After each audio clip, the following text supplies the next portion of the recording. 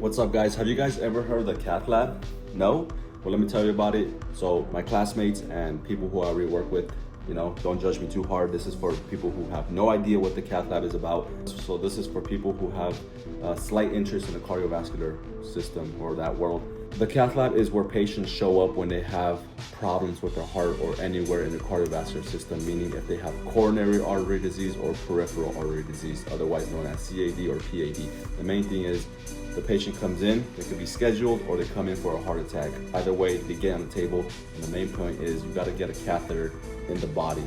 And this is gonna be an invasive procedure. It's not gonna be surgery. So let's say you're gonna go through the radial artery. So that for my anatomy students, it's gonna go through the radial artery, the brachial artery, axillary artery, subclavian artery, down to the brachiocephalic trunk or innominate, then the ascending aorta, and then down to the aortic root. And with this catheter, once it's there, it can record pressures. It records pressures, and let's say it's 120/80, good.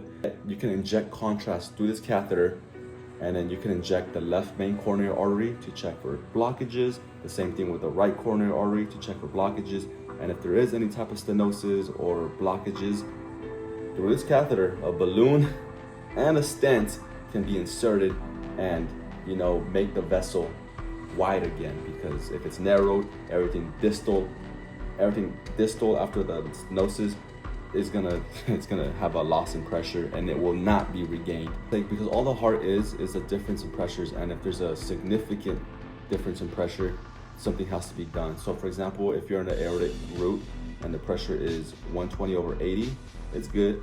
You go down to the left ventricle, and it's 220/30. That's a significant aortic stenosis, meaning that through a catheter, a procedure is going to be performed called a TAVR, or otherwise known as transcatheter aortic valve replacement. I'm getting too into it. If you guys want to know some more info about it, share it to your friend, like it, let me know. Good luck.